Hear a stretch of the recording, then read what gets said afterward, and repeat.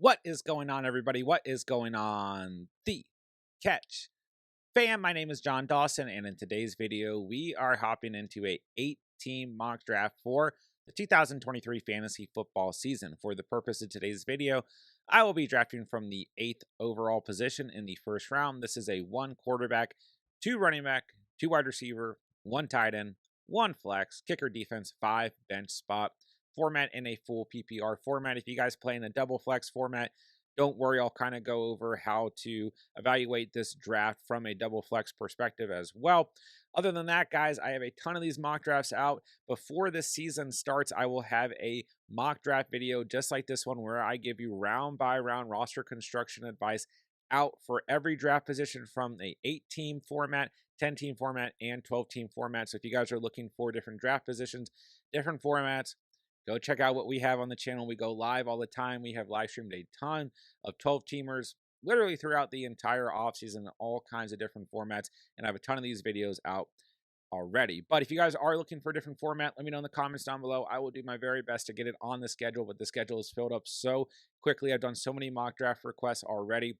I might not make it, but let me know. I'll do my best. Other than that, if you guys are new to the channel, be sure to subscribe on the way in. Other than that, let's not waste any more time. Let's hop into today's mock draft. All right, like I said, for the purpose of today's mock draft, we are drafting from the 1.8 as requested. And I think in the first round of any 8-team formats, don't try to plan ahead.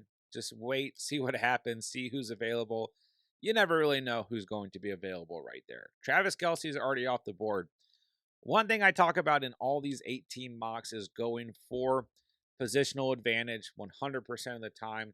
Kelce, the perfect example. You're never going to get that positional advantage at the tight end position on a week in, week out basis. But we're kind of sitting here. There's all kinds of great players available. Let's go ahead and let's take Austin Eckler off the board. And there's a ton of really good wide receivers right here. Cooper Kupp, CeeDee Lamb, A.J. Brown. But let's go double hero running back strategy today. Let's take Eckler and Barkley off of the board. And what does that do for us? That gives us that positional advantage at the running back position week in and week out. And now we're going to be looking for good value wide receivers through the rest of the draft because I think we can easily hit on some good value running backs, but our studs, our positional value lies at the running back position. And in a lot of these drafts, I'm probably going in the opposite direction. I'm probably starting with 2 stud wide receivers, but I do think it's good to kind of try out some different strategies, kind of diversify before you get into your regular draft, because at the end of the day, for as many good late round, mid round running backs as I think you can get, I still think there's a lot of really good wide receivers that will be available throughout your 8-team drafts as well. So Eckler and Barkley, come on. I mean, that's still a great start. None the less. So looking ahead to the 3.8, 4.1, 2 things we want to consider here. Obviously, we want to go out and get a wide receiver. I mean, I think in full PPR formats, you have to just have stud wide receivers, and we don't want to lose too much positional advantage. I mean, look at team 1, they have Justin Jefferson and Garrett Wilson. Look at team 7, they have Diggs and AJ Brown. Team 3 has Chase and Amon-Ra St. Brown. So obviously there's already some positional advantage building up against us at the wide receiver position. But on top of that, positional advantage. I've been using that phrase like nonstop for the last 5 minutes, right? We have to take it at the quarterback position. I do think you can sit back quite a bit in an 8-team format, and Trevor Lawrence or Justin Herbert, maybe even Justin Fields will come to you at a really good value, and I'm okay with that. Any of those guys could easily finish as top 5, top 3 quarterbacks this year. But for me, I think you just take the sure bet if it's there at the right value. Like, I don't want to go get Mahomes in the first round, which you might see in your home league, but if Hurts is there at the beginning of the 4th or Allen is there at the beginning of the 4th, for example, I think we have to go ahead and take one of those 2 quarterbacks. But for me, the wide receiver that I prefer right here is Devonta Smith. So let's take him. And then, Josh Allen's perfectly fine right here. But let's go ahead and stack Smith with Jalen Hurts. Get our QB1 off the board. We don't have to think about it for quite some time now. We have, I think Devonta Smith is still a stud in terms of our wide receiver 1. Not everyone loves him in that position because, A.J. Brown is there and everything. But starting to get more and more buzz about the Eagles' defense overall on paper not being as good as it was last year. I'm not quite ready to necessarily bet against the Eagles defense and some of the things they did in the draft and everything. But if that holds true and the secondary doesn't play as well this year, well, the Eagles are going to have to throw the ball more than they did last year. And then you look at this running back room, as much as I like DeAndre Swift as a value right now, as much as I still think Kenneth Gainwell and Rashad Penny and even Boston Scott can attribute to this run game. At the end of the day, I don't think they're going to run the football as much as they did literally the last 2 years. I mean, they were one of the run heaviest team the last 2 years, even if they threw the ball more last year. So I think at the end of the day, betting on Devonta Smith right now, who, I mean, let's face it, was your wide receiver 9 last year in full PPR. Like you're still getting a top 10 wide receiver where we're drafting him, at least in comparison to last year. So just don't worry about Devonta Smith. I still think he's perfectly fine, in that wide receiver 1 spot. But what we want to do moving into the 5.8 and 6.1, we could keep hammering out running backs. We could just call this a, RB heavy team if we wanted to. There are guys I like, Najee Harris, Kenneth Walker, for example, but I think we go ahead and take the best available wide receivers because, by the time we're drafting again at the 7.8 and the 8.1, you're going to see a bit of a tier break, and I mean, a pretty drastic one at that. Plus, on top of that, like, let's not forget we spent high draft capital on Eckler and Barkley. We've got studs at the position. So, just looking at who's available here, let's go ahead and take Metcalf off the board. I still think he's going to be perfectly fine this year. I know some people are worried about him. And then let's go for some overall upside. Let's go Christian Watson right here. Jordan Love has been looking really good throughout the preseason. And at the end of the day, Christian Watson is a receiver on this team that brings that upside to the table, that big play capability. So we kind of get, stability piece, so to speak, in DK Metcalf. We know what he's going to bring to the table. And honestly, Metcalf kind of year after year, well, he's not fantastic. We haven't really seen him get back to the level he was in 2020, where he was the wide receiver 7 in fantasy.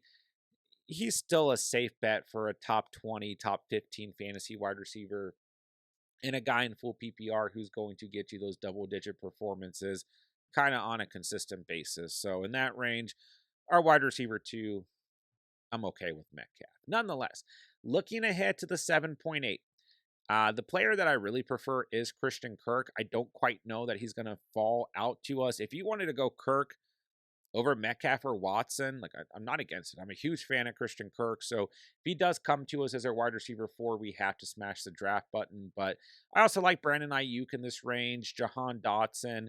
I mean, we're just going to have to see who's available. There's plenty of names on the board right now. Hopkins, McLaurin, Chris Godwin.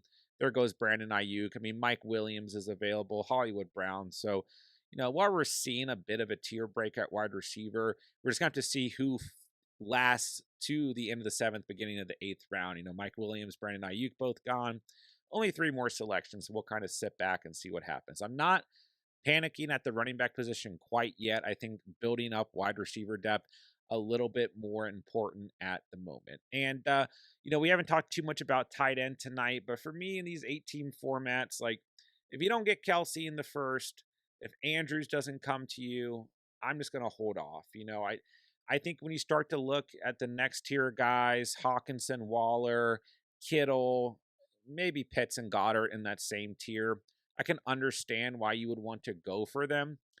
But, and there we go, getting sniped on the Christian Kirk pick. But I think ultimately you just kind of sit back and you don't panic because the point differential is not going to hurt you too badly.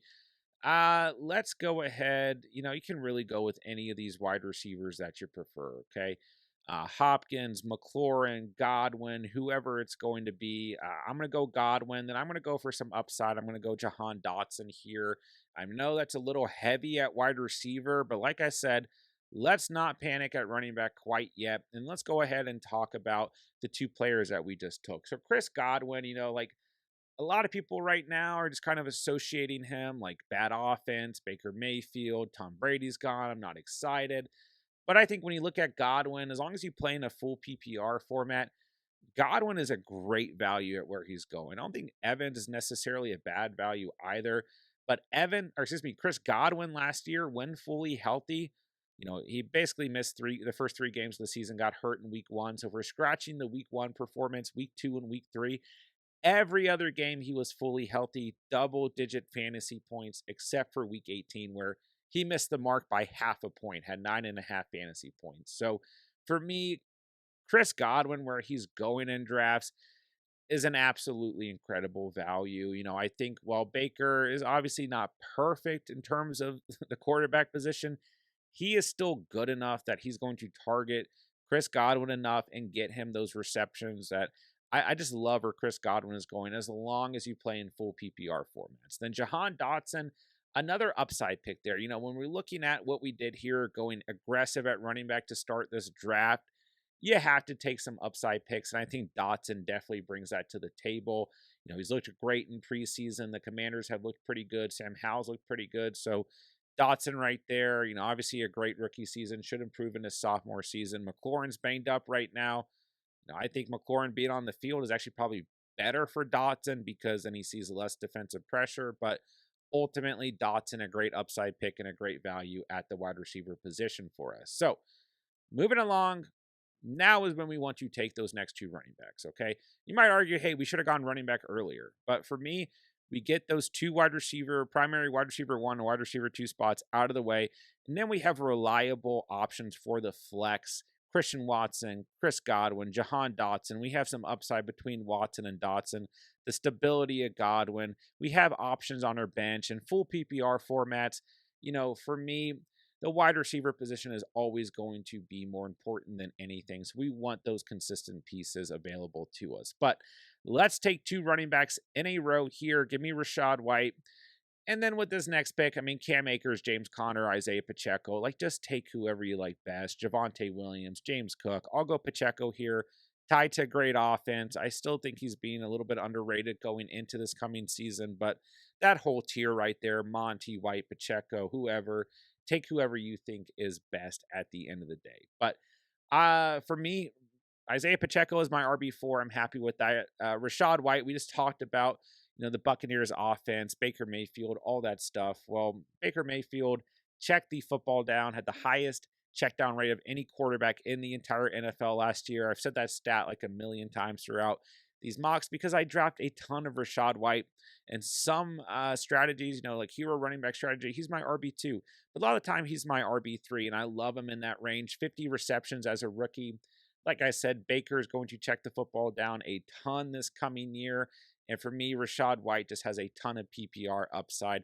And this is a great spot to take him as our RB3. Pacheco as our RB4, I'm completely fine with. I don't think his ceiling is super high, but I think in terms of consistency, he should definitely bring that to the table throughout the year. So right now, I think we're in a great spot. I think this double hero running back approach definitely worked for us, but we do need to address the tight end position. I kind of touched on it briefly and then kind of moved into some other things. But like I was saying, when you look at the tight end position, when you look at it last year, the point differential between like tight end 4 and tight end 12 was not that far apart. Like all of those names were not that far apart. If you had Kelsey, obviously you were like 100 points ahead of everyone. But then, Hawkinson and Andrews, like after that, it's just all over the place. So I think for me, you just hold off if you don't get one of those top tier guys. Let's just go Evan Engram here. Pat Fryermuth is completely fine as well. And then we just move right along. And for me, I do want to go ahead and take another wide receiver right here. There's a couple different options, but for me, let's just go with Sky Moore. Once again, we want to kind of make some selections here for upside. I do really like Romeo Doubs in this range, but I don't want to, get too much into that offense. Go Christian Watson and Romeo Doubs. So for me, we'll just take Watson earlier and then pass on Doubs here. But I do think Doubs is going to have a great year. I also like Quentin Johnston. I say it a lot. Take a look at whatever tier of rookie wide receivers you like based on, how many teams are in your league, how deep your draft is. If it's a little bit deeper, maybe you're looking at guys like Jaden Reed or maybe Rashee Rice. I don't know. Whoever it is, and kind of identify some of these rookie wide receivers, Marvin Mims, Jalen Hyatt. In an 8-team format, you're probably stopping after Quentin Johnston, Jordan Addison, Zay Flowers, and JSN are gone. But, the trend at the wide receiver position in the last couple of years, right, rookie wide receivers produce sooner rather than later. So if you can get a guy like that on your draft board and they're your final skill position player you take, I think it's completely fine. But we'll go Sky Moore. He's been practicing with the ones for most of the offseason. And don't get me wrong, Kadarius Toney has been hurt, and MVS is still going to be out on the fields on the field with the ones and everything. But I still think Sky Moore has the opportunity as a slot receiver to be very productive and improve on that rookie season that was ultimately a disappointment. Tied to a great offense, tied to a great quarterback, and I think he's the kind of player that Andy Reid will draw plays up for. We saw that in the Super Bowl.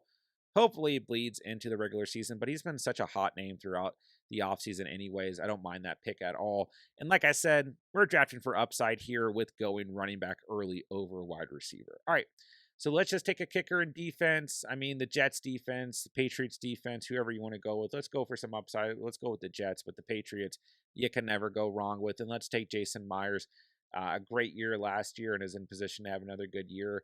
This coming year was your kicker number 4 in fantasy, but don't ever think the kicker in defensive positions. You can stream those on a weekly basis. Don't draft a kicker or defense before you finish drafting your skill position players and your quarterback and tight end and everything. You're going to be fine. Don't be reaching for Justin Tucker or the Niners defense or anything like that. Okay, so that will wrap up the draft. And here's a look at the final roster we've got here. So Jalen Hurts at quarterback, Evan Engram at the tight end position, Eckler, Barkley, Rashad White, Isaiah Pacheco at the running back position, Devonta Smith, Metcalf, Christian Watson, Chris Godwin, Jahan Dotson, Sky Moore at the wide receiver position. So for me, wide receiver is always going to be more important than running back in full PPR formats, but if you do play in a double flex format, kind of talked about that at the very beginning of the video. This is what I prefer. I prefer 6 wide receivers over 5 wide receivers, 5 running backs. So 6 wide receivers, 4 running backs is what I prefer. But if you do play in just a single flex format and you're looking at your running back roster, it's okay to go with the 5th running back over that 6 wide receiver. Maybe AJ Dillon, Khalil Herbert, James Conner, all those guys were there when we went Sky Moore in the 12th. So you can make that note. If you want to go 5-5 instead of 6-4, that's fine. But for me, I usually practice to go more aggressive at wide receiver. And like I said, we started this draft heavy at running back. So I kind of preferred maybe a little bit more upside at the end of the draft at the wide receiver position. So nonetheless, this is our starting roster. Jalen Hurts, Evan Engram, Eckler, Barkley, Devonta Smith, DK Metcalf, then we're flexing Christian Watson. But on our bench, any of these players can be moved into the flex spot. And for the most part, maybe even some of the starting positions outside of like Eckler, Barkley, and Devonta Smith. So Chris Godwin, Jahan Dotson, Rashad White, Isaiah Pacheco, Sky Moore on the bench. I'm perfectly okay with that. Looks like a great bench to me. Got a good defense, got a good kicker, Jets defense, Jason Myers. So ultimately, I think a good draft for us and a successful draft going with the double hero running back strategy. So if you guys enjoyed today's video, if you guys found it helpful, be sure to hit that subscribe button on the way out. Let me know in the comments what you guys thought of today's draft as a whole, what you guys thought of the roster that we put together. And like I said, if you guys are looking for other formats, other draft positions and 8-team formats, make sure you guys check out the channel. I'm trying my best to get every single draft position for 8 teams, 10 teams, and 12-team formats out for you guys, and most of them are already out. And if you guys don't see what you're looking for, be sure to let me know in the comments down below, and I'll do my best to get a mock draft video just like this one fit into the schedule. If not, be sure to join our next live stream. You guys can come out, ask me any fantasy questions, regardless of format, and I will get back to you immediately in the live stream. But if you guys have any other questions, comments, concerns pertaining to the upcoming fantasy season, drop them in the comments down below. I'll get back to you when I can. So subscribe, hit the like, do all that YouTube stuff on the way out. And with that, I will say thank you guys so much for watching and or listening. And remember, you saw it here on The Catch.